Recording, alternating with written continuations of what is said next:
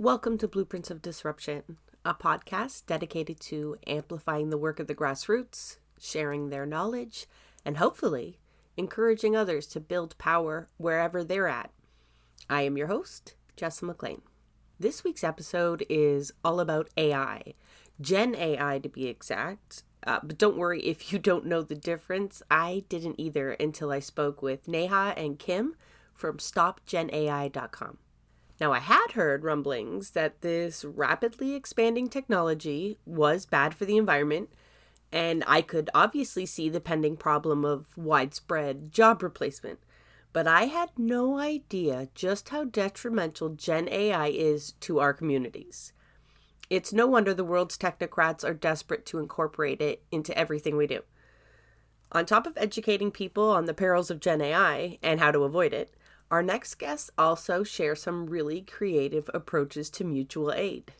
After you're done listening, there's more information on all of this in the show notes, as well as ways you can help support their work and ours. Let's get to it. Can you two introduce yourself to the audience, please? Yeah, so I'm Kim Crawley. I'm a returning guest. And since my last appearance on this show about a year ago, talking about COVID and the importance of respirators and whatnot, now I am a professor at the Open Institute of Technology.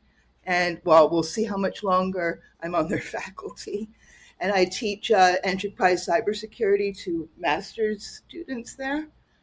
And I'm still a very passionate anti-COVID activist who wears respirators all the time. But I recently founded an organization called StopGenAI.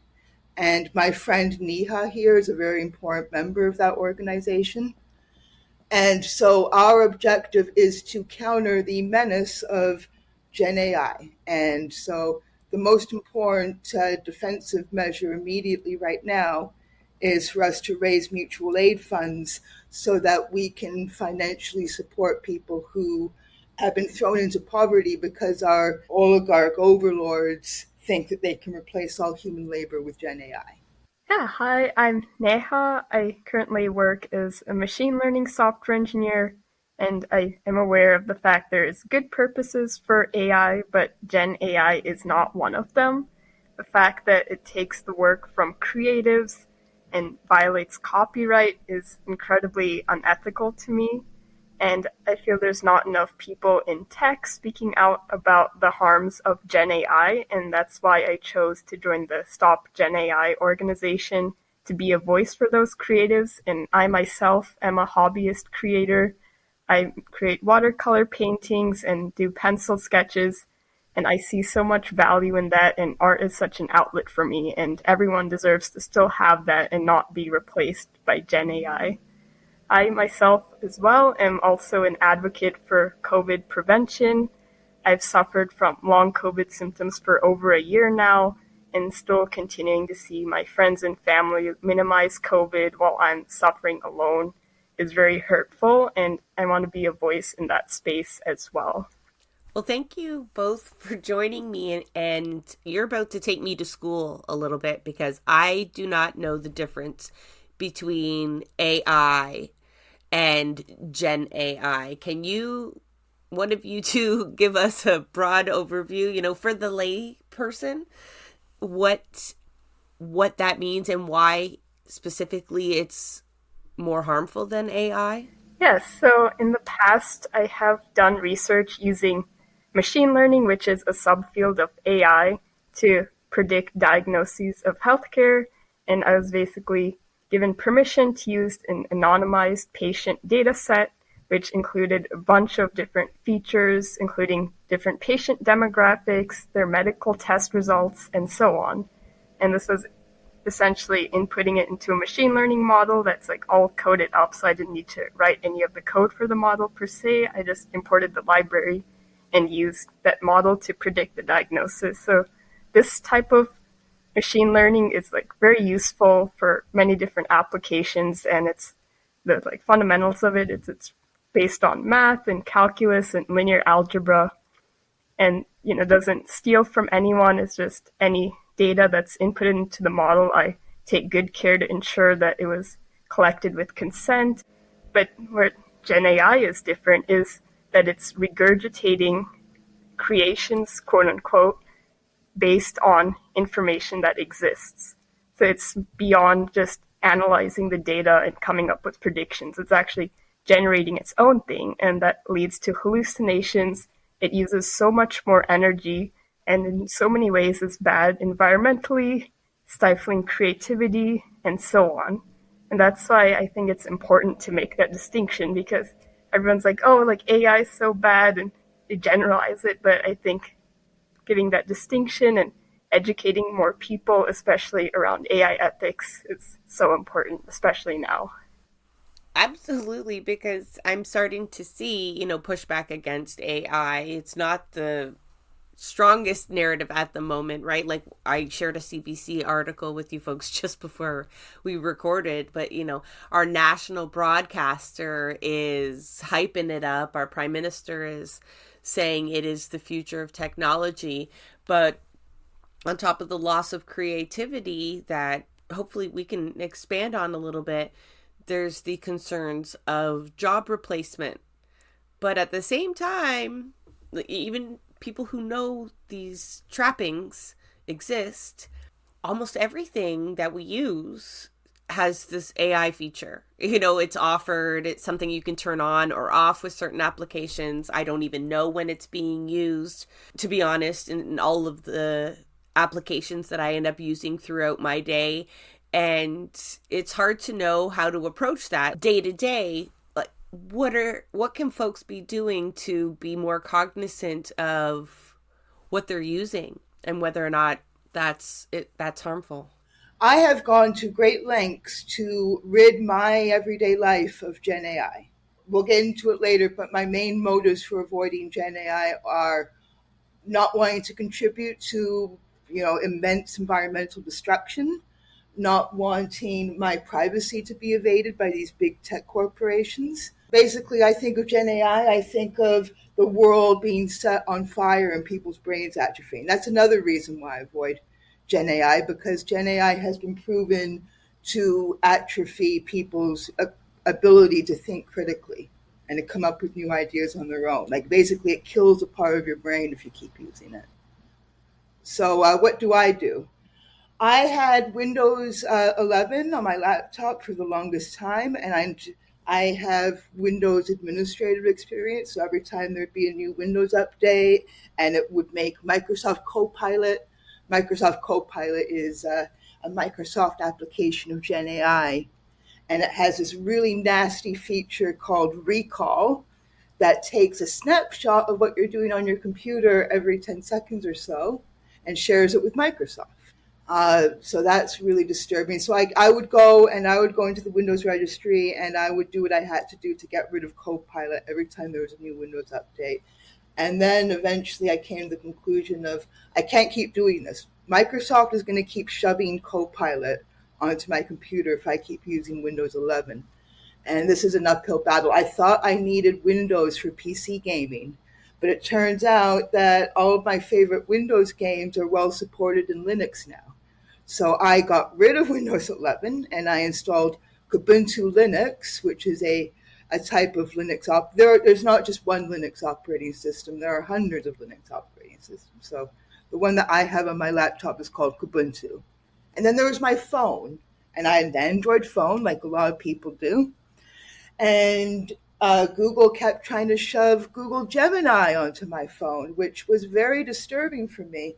Like Google monitoring what I'm doing, Google trying to think for me. It was starting to disturb me when I was text messaging people, that instead of just letting me type what I wanted to say, they would be like, "Oh, do you want to say this? We've got like a gazillion of things that we're predicting that we think that you might want to say to these people." So if you have a Google Pixel phone, then it's possible to replace vanilla Android, which is the version of Android that comes on your phone, with a modified version of Android, which doesn't contain all of the evil Google stuff, called Graphene OS. And Graphene OS is only supported on Pixel phones. But if you have an Android phone that isn't a Pixel, there are other alternative operating systems. That sounds daunting. It's the same with it's very similar to our COVID conversation, right? Where there are many kind of individual ways folks can do this, but it's not without some effort and some knowledge needed and sometimes resources. So I'm guessing because like I already feel like daunted. I'm like, oh my gosh, okay, I can do that. I think I can do that. I know someone who can help me do that. So I imagine like some listeners are feeling the same way. But this collective that you've begun, I suppose, is to push back against its use at all. Like, do you think you can stop Gen AI, like as the name suggests? Specifically, Gen AI should be resisted and abolished completely. Are there any politicians kind of picking that up, or is everyone, because, you know, we just appointed a new minister of AI, but... Absolutely not, because all of our politicians under capitalism are servants of capitalism. They want more hyper-capitalism, and capitalism is destroying the planet and destroying everyone, and they want more and more and more of it, more and more of that destruction. And part of that destruction is Gen AI. And so, no, we don't have a single politician who is oppositional to Gen AI, not one. I'm sure if Olivia Chow heard about it, she'd be like, woohoo, where's my next fat check? Because obviously she has shown that she governs just like a conservative. So I do not have any faith in any politicians or any party or anything like that. Now I feel like it's all a scam and we should get rid of all politicians and send them to The Hague or whatever. Yeah, I'm not looking to them as a solution either. I was wondering also, you know, what the pickup is on this idea. Like, I feel this perhaps isn't on a lot of people's radar yet. Neha, what do you think? Yeah, I personally haven't heard of any politicians for or against Gen AI. I just feel they don't know about it yet, or it's not in their scope. But I feel like if they did, they'd probably have partnerships with those companies, as so many of the tech companies already like work with the military. Like, it's only to be assumed that because those tech companies are proponents of Gen AI, like Microsoft and Google with their own models, that they're going to fight to have it be implemented in government systems. So I do not have any faith that there will be pushback from politicians. The reason why our capitalist overlords drool so much about Gen AI is, one, they have this dream of replacing all human labor so they don't have to pay any human beings for their labor ever.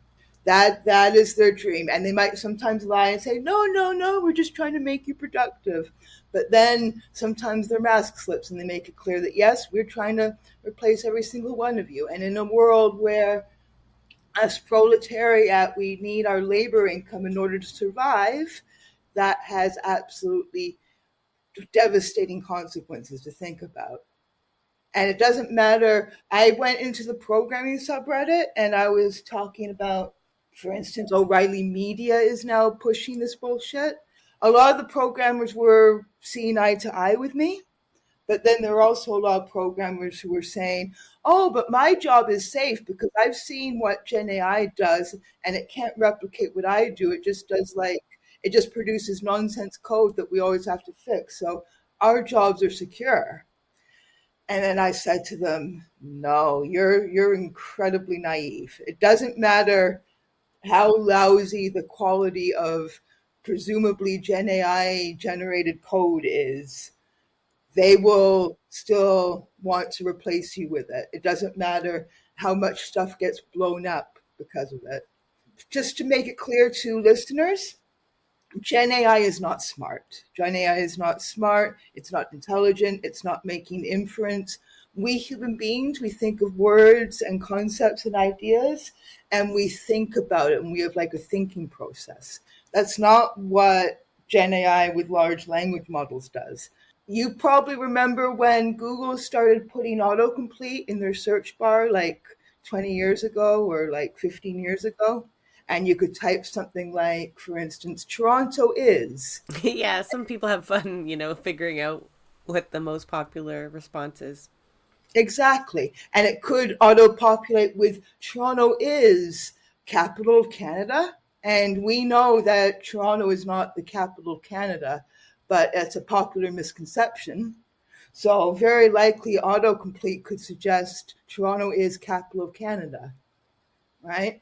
One example that I give on the StopGenAI homepage is ChatGPT and a lot of these other applications of GenAI will just say that everything that you're saying is correct and go for it, no matter what you say.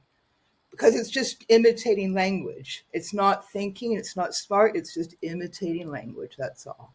So you type in something like, for instance, since tomatoes is the capital of Asia, what is the capital of tomatoes? And ChatGPT would say, well, tomatoes, the largest country in Asia, the capital is T. So the capital of tomatoes is T. So the capital of the largest country in Asia is T. Yeah, I think people understand some of the flaws. You sent me an article, though, Kim, Brian Merchant there, and he talks about Duolingo. Duolingo, the app that people use to learn different languages. And he talked about workers like you described there, felt somewhat secure, knew they were training AI. I pretend I know what that means. I don't. But, they were working with AI. The company wasn't slick in, introducing it. But they thought, it would be years and years before their jobs were replaced for the very reasons that you mentioned, because it just wasn't doing the job. Like, it wasn't there yet. The technology wasn't there. And Brian gave a lot of examples of it being used in circumstances where it wasn't adequate, but it was replacing workers anyway at incredible rates. He also uses the example of Doge, that way of looking at federal employee, a lot of white collar workers, as just completely replaceable by inadequate technology. The implications of that to the economy, like, forget about the individual for just a moment, right? Because we will get there on how we can navigate that. But the economy as a whole, and like the livelihood of so many folks, or, especially from that particular tax bracket. Do you folks have any other examples of Canadian companies that are heavily using AI and seeing job replacement? I would presume that most of them, especially in tech and industries like journalism, are probably trying to shove most of us out. I can't name specifically Canadian companies, although Canadian companies are definitely doing it. But recently, I believe it was it the Washington Post, or it was another, or was it Chicago? No, it was the Chicago Sun-Times published an article of summer book recommendations. And none of the books that the article was recommending existed. Existed yet, or at all? Like they're not like this book will be published in the future. Like, the books oops, did not exist. The GenAI was like making up shit, basically. Not that I've seen losses in this industry yet, but I have seen people using like ChatGPT or other GenAI tools as a therapist or as a friend to talk to, and that's so disturbing because this is just a machine that essentially just regurgitates whatever it decides to come up with. And as we can see, that it hallucinates, like it hallucinated book titles that did not even exist or will not ever exist.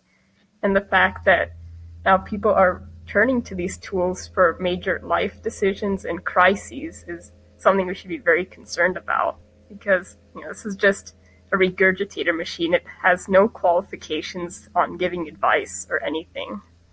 You're right. I have seen a lot of people using it and boasting about the benefits of using it for all sorts of things. Zoom has an AI function that I've seen folks utilizing, and I wonder every time, I go, is this ethical? No. Is this yeah, no, like, and I didn't mention it when I was talking about like the factors, but you reminded me, I think, the environmental impact.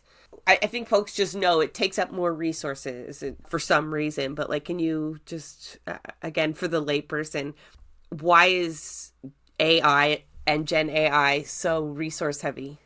Yeah, so without getting into the computer science too much, That's for my sake. just like blockchain and cryptocurrency attached to it, it uses mathematical calculations and all that kind of stuff in a very inefficient way. It's like instead of I remember when I was a little kid, Tiny Toon Adventures. There was a segment where an entire tree was buzzed down to make one tiny toothpick, right? You could make like hundreds of toothpicks out of a tree, if not more, right? But the cartoon was showing Maximilian Max or whatever using an entire tree to make one toothpick, right? And it was like 1990, 1991, where environmentalism was trendy back then.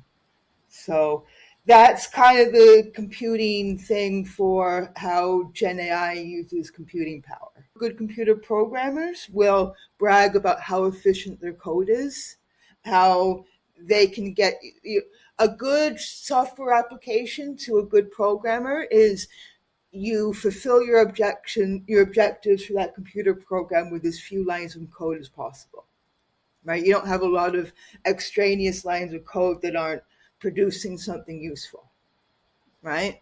And yeah, so Gen AI is just like incredibly, incredibly inefficient as far as computing power is concerned. You could be doing a lot more with those CPU cycles and all that RAM, but it's producing much less with it. And it's not an argument of making it better because there's detriments beyond its inefficiencies, right? Like, let's say we could make it more efficient, even clean the energy up that we use to run it, right? Dream world circumstances. There's still aspects of it. One of them you mentioned, Neha, maybe you want to expand on it, is the loss of creativity.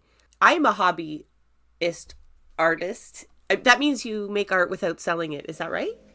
Yeah, that's the definition I use. Okay, good. So, like, how would that impact me? Yeah, so I think right now when I share my creations with people, they're like, "Oh wow, like you're so talented. That's like so creative."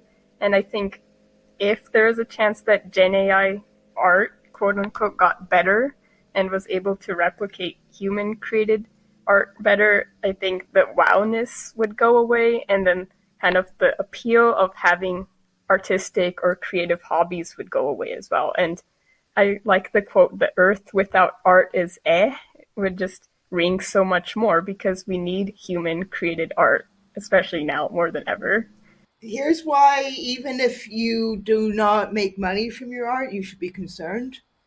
First of all, the artists who do make a living from their art, they are supported by an infrastructure. When DeviantArt, the website, the social media platform came out, I don't know, 20, 25 years ago, that was a platform created by artists to share their visual art on the internet and their artist portfolios. And although a lot of artists on DeviantArt never make any money from their art, the platform thrived because there are also people who did make money from their art, like professional illustrators and tattoo artists and stuff like that. And under a capitalist system, the artists who make a living from their art do provide an infrastructure that hobbyist artists can use as well. There are stores that sell paints and art supplies and stuff like that. A lot of the people buying paint and art supplies and all that are buying it for their hobbies, but there are also professionals who are buying that stuff. And under capitalism, that stuff would be less available to hobbyists if people couldn't also make a living doing that sort of thing. And then there's the other thing of artists are always inspired by other people's art, always, whether they're consciously aware of it or subconsciously aware of it. If people stop producing art, whether for money or as an unpaid hobby, then there's less art to be inspired by, right? And what Gen AI produces is not art, right? Art requires creativity and human thinking. And the human experience. Yeah. Right? Computers can be used to make art. Like I've written novels in word processors, and artists use Adobe Photoshop and stuff like that. But if the computer is coming up with all the ideas, then that's not art anymore. It has to be a human being coming up with the ideas, and then the computer just being the equivalent of paintbrushes and a canvas. You've made the argument, to stop Gen AI. So how are you going to do it? Okay, well, first of all, like our immediate concern is to raise money for people who are becoming unemployed. Like, for instance, even though the last time I spoke with you, I wasn't a college professor, now I am a college professor, believe it or not, I make a lot less money than I did, which is very, very scary considering how expensive my rent is, because my evil overlords are convinced that they can replace me with Gen AI very badly, by the way. It's not just me that's impacting, obviously. Like if you see Bryant Merchant's Blood on the Machine blog and whatnot, it's coming to millions of us, millions and millions of us. Unemployment. Yeah, so our mutual aid fund is intended to give people immediate survival money. And anyone who donates 10 US dollars or more per year is eligible to get a Stop Gen AI webmail account. And there are two benefits to that. The first being your email address shows the world that you oppose Gen AI, like a kind of like a vanity license plate, right? And then the other benefit of that is our servers are hosted by a company called 1984 Hosting, Iceland. Yeah, funny name, eh? And it's based in Iceland, and they're very rebellious against the big tech industry. But what's most important about 1984 Hosting is they are in Iceland, and Iceland isn't subject to a lot of the trade deals that would make them have to share information with the United States. So we know right now that the United States, and probably Canada pretty soon, is fascist. And in the United States, especially with Silicon Valley, big tech and fascism have colluded. Like all those, like Microsoft, Google, they're all cooperating 100% enthusiastically with ICE and with Doge and all that kind of thing. So it's very important for me that our website be hosted on servers that are outside of American control. But also you can get an email address that is hosted by email servers that are outside of American control, which is very good for like better protecting your own privacy from the fascism that's coming. That's very clever. Yeah, so we'll give you webmail that you can use just and because if you got Gmail or Hotmail, that's under American control. Right? So we offer an alternative to that if you donate $10 a year to us. So there's that. We have this fundraising initiative that we launched recently. There's a PC gaming platform called itch.io. And itch.io is a platform online where indie game developers share their games with the world. And not just indie games now, but also independent novelists and comic book creators and tabletop RPG creators and people like that. Now, multiple mediums of creativity are using itch.io for indie distribution. So sometimes people on itch.io create bundles of different PC games or different comic books or different themes. There was this tech company called Humble Bundle that would sell a bunch of indie games for cheap in one bundle, and it would raise money for a charity. They do that with itch.io too. So we are creating our own bundle on itch.io with a bunch of indie games and books and stuff like that. So we're at the stage right now where we are collecting people's art to be sold in the bundle. So everyone who contributes art to the bundle, whether it's a game or a comic or a book or whatever, gets a cut of the bundle revenue. And then whatever money doesn't go to itch.io and doesn't go to contributor to the bundle goes to our anti-GenAI mutual aid fund. So we need to raise money in our fund so that we can give it to people who need immediate financial aid because they're being displaced by GenAI. We are accepting new items into our bundle until, I believe, June 20th. So you got until June 20th, 2025 to contribute something to our bundle. And if you contribute something to our bundle, you get a cut of the bundle revenue when we sell the bundle. And then the bundle itself will go on sale probably from late June. And that's going to be a fundraiser for our mutual aid fund. Another initiative is to educate people. So to educate people about why they want to avoid GenAI and how they can avoid GenAI. So that's going to be because you see, the thing is, the big evil tech companies right now, Google and Amazon and Meta and Microsoft and Apple even, they're all shoving this stuff down our throats because they know that GenAI actually isn't really good. And we're not going to, unless we're like tech bro types that are drunk in the Kool-Aid, a lot of us are not going to willingly turn on GenAI features. So they're trying to trick people into using it, just like malware. It is malware as far as I'm concerned. And then some of the other things that I do to avoid GenAI include I never use Microsoft Office Suite. I never use Google Docs, right? So then I don't have to worry about GenAI being shoved into that. I don't use Meta social media, so I don't have an Instagram account. I don't have a Facebook account. If you have to have a Facebook account or an Instagram account, you got to at the very least be very careful about what you're doing. But if you can possibly avoid those platforms, even better. But yeah, that's going to be one of the most important things, to educate people, because you're also killing the planet, and you're killing your critical thinking skills. So people's brains are starting to atrophy. So instead of coming up with their own ideas, they're like, okay, I'm going to outsource my thinking to this glorified autocomplete. So that's really concerning as well. And then every time they do that, a forest burns down. And all the GenAI that Elon Musk and Sam Altman from OpenAI and all these other evil tech billionaires want cannot be supported by our power grid. If we put a bunch of new oil plants and decommissioned nuclear power plants back online, that's still not going to be enough power to satisfy their demands.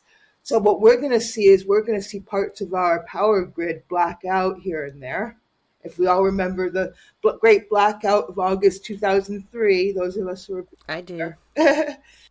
We all had to direct our own traffic. Imagine that happening a lot more frequently and those blackouts lasting for long. There are things like, for instance, a new data center that has been put up to support GenAI is they put these things near neighborhoods that marginalized people are more likely to live in. So there are neighborhoods in the US that are predominantly Black, and they put a data center nearby, and it's poisoning their air, and it's giving the people who live in the area cancer and stuff like that. Another reason is, do you want to be on the same side of an issue as Elon Musk? Not just Elon, right? Carney, like I've mentioned, is extremely gung-ho about AI. And I want to go back to something that Neha said about tech or people working in tech not sounding off alarm bells enough. And I wonder, even if it's not for the environment and for all the many, many, many reasons that you folks have given, surely for their own preservation. And I'd also maybe like to pick both of your brains about why folks aren't making this connection the same way we do for self-checkouts. I know it's a lot more complex than that, but it does make me think of, something that's just so obvious in replacing someone's livelihood in a political economic climate where unemployment insurance is not even on the table for reform. The liberals won't talk about it, the conservatives won't push for it. So, Yeah, and I think a huge reason that we don't see like the majority of tech people that are on social media talking about these issues is that a lot of them in their bio say that they work at Microsoft or Amazon, and they have to be proponents of the tools they're working on or working with, especially, which is ironic that I was talking to someone that they had to be a proponent of the AI tools at their company in order to keep their job. And when you're kind of trapped in that double bind of the job market is really bad for software engineers, but you have to talk about something that you may not necessarily completely agree with. It's like, what is a person to do? Like, everyone still at the end of the day has bills to pay. And it's like, what battles do you want to pick with that? And also, a lot of people in the tech industry are tech bros who drink the Kool-Aid. Yeah. What Neha said just kind of goes back to what you folks are doing at StopGenAI.com is, providing mutual aid when needed, but also feeding into spaces where folks maybe don't have to work at Microsoft and Amazon and Apple and all the villainous corporations out there that maybe there is a space to still make a living doing these types of things outside of that market, right? And that's common to a lot of movements that try to create space where people can survive outside of capitalism to a degree, right? We're all still impacted by it. What else is StopGenAI focused on doing? That's a good question. So if you go to our homepage right now, there's a bunch of citations for the various ways that GenAI is incredibly destructive, killing the planet, killing humanity, basically. We'd like to have more information about all that stuff and then make it accessible to people. So I need a lot of help with that. But one thing that we don't have on our website right now that I think is really important is tips for people on how they can avoid GenAI. And they might not be able to avoid it completely, unfortunately, but as much as they possibly can avoid it, they should. So we're gonna offer tips on alternative software, for instance, alternative ways of doing things with computers. I know a good comrade who has a Linux. It's a bit of a help group, but also a social group. So I will link that also with the other resources that folks have mentioned, as well as your website in the show notes for sure, so folks can see it for themselves. Because yeah, there are, and like I said, there's a lot of apps where folks, maybe if you look a little closer, you'll realize that some of the features are certainly Gen AI and they can be turned on or off. But they do try to, I understand what you mean when like they're shoving it down your throat because it's always popping up. Are you sure you don't, I think in Canva, there's a feature, are you sure you don't want to use this? And I'm just like, no. I mean, a part of me does, right? I'm like, I would love to see what you would put together for me. And are you going to save me time? Because convenience is one thing, but I think some people, Neha mentioned therapy or friends. There is this aspect of what it provides that people are clearly missing, right? Whether it's companionship, access to therapy, the ability to figure things out, even though, the answers, they're trusting the answers coming back a little too implicitly. Yeah. When you were talking about Copilot and Gemini, anyway, I'm learning all of these things as we go, obviously. But, the Bill C2, I'm trying to keep track of all these awful fucking bills going through all of our levels of government. But it's a xenophobic mass deportation bill, but funnily enough, there's the added bonus of a loss of privacy. Canada Post, opening mail, yada, yada. It's really not part of this discussion, but part of it is internet privacy and the ability for the federal government to take that kind of information, those snapshots that you were talking about, and to be able to order that kind of information straight from the provider with very little oversight, like less and less and less oversight, I'm meaning courts and whatnot. I wonder, beyond, or maybe it's with the use of Gen AI, I'm not sure, but Do you want to comment on that in the way that governments are going? Like, will that, with all the steps that you're taking, on your computer and your phone, would this undermine that? It overlaps only a little bit. I am decreasing my surveillance surface by not using GenAI, because GenAI is just taking people's creativity and their actions and all that and storing it, like, so we don't have any privacy anymore. One of the immediate threats of GenAI to people's privacy is, for instance, it's a complicated computer science concept, but I'll try and keep it simple. You can't have GenAI keep training on GenAI output, because then it will explode much quicker. It's like incest, basically. If you got GenAI training on output produced by other GenAI, it's incestuous. It'll replicate mistakes as well as information. Exactly. So they need fresh human ideas to keep training the GenAI, and that they're running out of that on the internet because they want to, So one of the reasons why Microsoft is pushing Copilot in Windows, and for instance, Google is pushing Gemini in Android, is because they want to train on the things that we do on our computers and on our phones. And so training on the things that we do on our computers and our phones is violating our privacy. Right? So then there's there's so many, like, it's evil in every conceivable way. And the only reason why people are going along with it is because they're ignorant, they don't know what's going on, and they're taking the path of least resistance. Another thing is, like, you're definitely neurodivergent, right? But you like reading books and you like listening to other people's podcasts and stuff like that. Imagine, instead of reading a book, instead of listening to a podcast, instead of listening to this podcast in a normal way, oh, I don't have time for that. I just want GenAI to like regurgitate it as like a 30-second summary.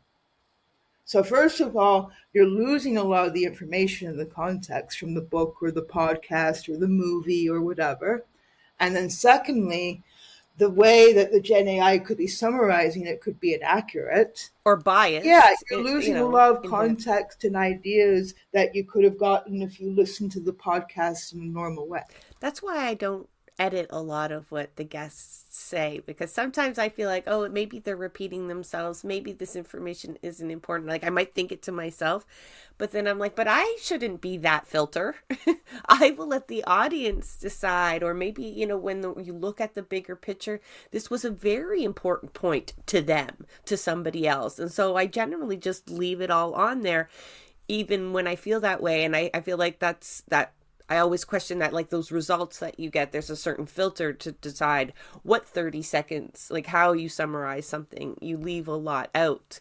And what information aren't you getting from your Chat GPT results? But sometimes I see folks just relieved by the ease that it's brought them somewhere, and I know you can make the argument that the results that they're getting aren't optimal and could be even wrong. Again, going back to that self-checkout, like, you're in a rush. You have screaming children with you. You need to get in and out. And now they only employ one cashier, right? And so, journalists, you have deadlines. There's less time, less money, less opportunity. Like, maybe you're starting to use tools that you shouldn't and whatnot. So, like, folks also are driven by material need that they didn't create too, right? Or like this pressure or lack of access to therapy, right? Again, we'll go back to that, where there's no other way. They don't even have any other way to maybe talk to somebody. And so, they're using this because they've been pushed to a point where they feel they need it, or maybe, they do need it. How can we get folks to realize, to kind of pull back a bit on that? Yeah, I think a huge part of it is the social conditioning that it's framed as a replacement for a search engine and not just, a tool that should be used cautiously. That instead of people now using internet search engines like Google or DuckDuckGo, they now just go straight to ChatGPT. And it's like, oh, ChatGPT will just, regurgitate what I need to know. I don't have to go through dozens of web pages to find what I'm looking for. And especially with tasks that people don't like to do, like, oh, make me a grocery list, like, which is kind of disturbing, but like I see where it comes from, that like, the going through the process of thinking through, oh, what meals do I want this week? Like, I want a nutritious diet. I can just, tell that to ChatGPT and it'll give me some ingredients with recipes. And also going back to the point on kind of how this impacts minorities, is a lot of this Gen AI isn't even run by computers. It's run by people in the global south.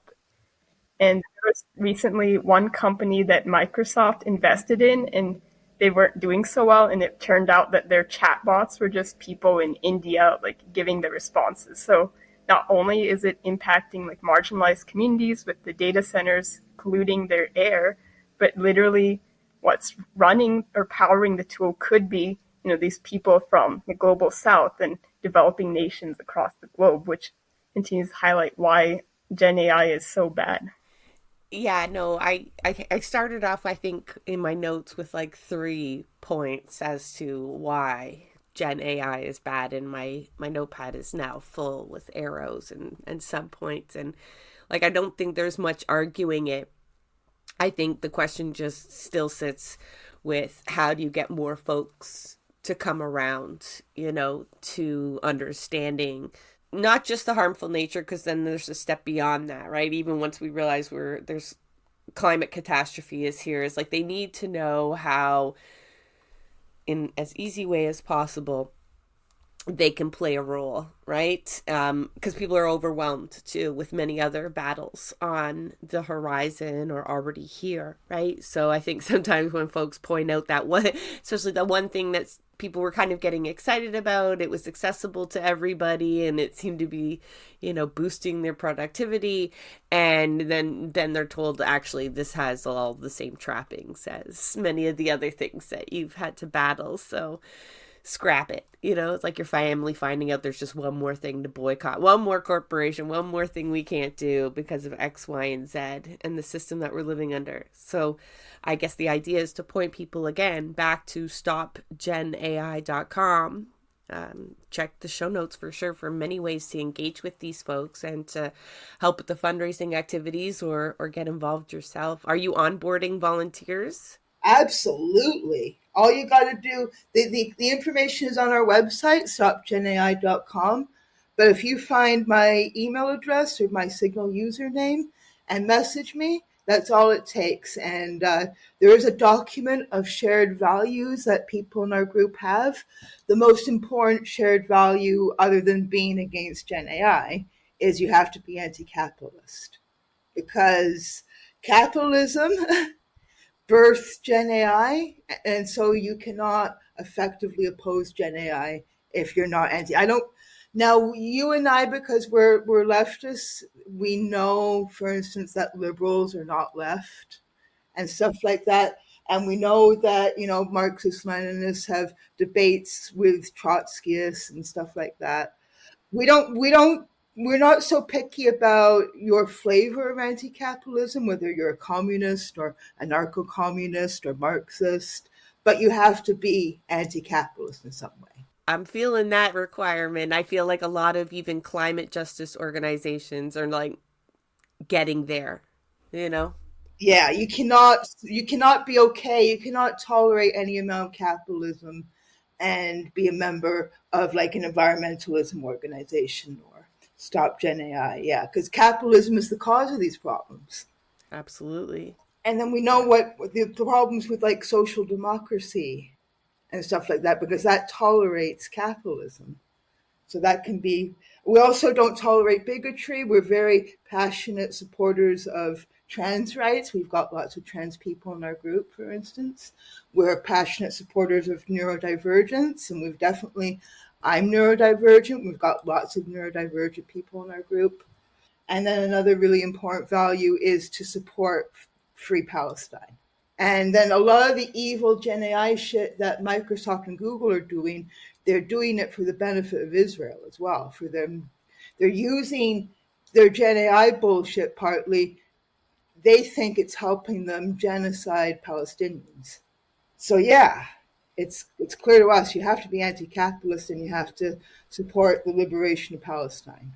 Absolutely. I don't know how many guests we've had on here where, they're listing these issues, from data servers near marginalized neighborhoods to job replacements and the exploitation of the global south. And I always think like, yes, there's all these other steps that we need to take to get there, but then also just like fucking smash capitalism. That wouldn't be a problem. They wouldn't be allowed to put those data centers there and they wouldn't be able to operate them like that. Like there'd be so many other, like, well, that only happens because we're living under this shite socioeconomic system. So, but we're not there yet either. So this is how we mitigate through this disaster and take care of each other as well until we get to the other side, right? Absolutely. And so when people choose to use GenAI, they're also training their replacements.